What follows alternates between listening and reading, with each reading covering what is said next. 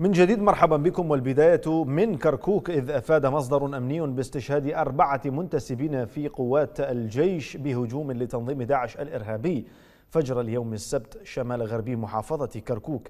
أضاف المصدر أن عناصر داعش الإرهابي سرقوا الأسلحة وأجهزة النداء العسكرية والهواتف النقالة الشخصية من الضحايا الجنود. وبين أن قائد المقر المتقدم لقيادة العمليات المشتركة في كركوك الفريق الركن علي الفريجي توجه إلى مكان الحادث في عملية عسكرية تفتيشية بحثا عن المهاجمين. وأشار المصدر إلى توقيف آمر الفوج الأول وضابط استخبارات الفوج الأول في الجيش على خلفية هذا الخرق الأمني.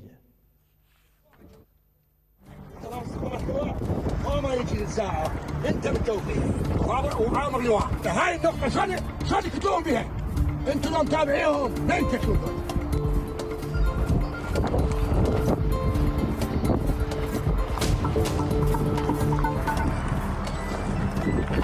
معليها فوج تقدر صدقها، ترى استخبارات لواء ما يجي الساعة انت بالتوفيق وعامر لواء، هاي النقطة شو تكتبون بها؟ انتم لو متابعيهم لين تكتبون.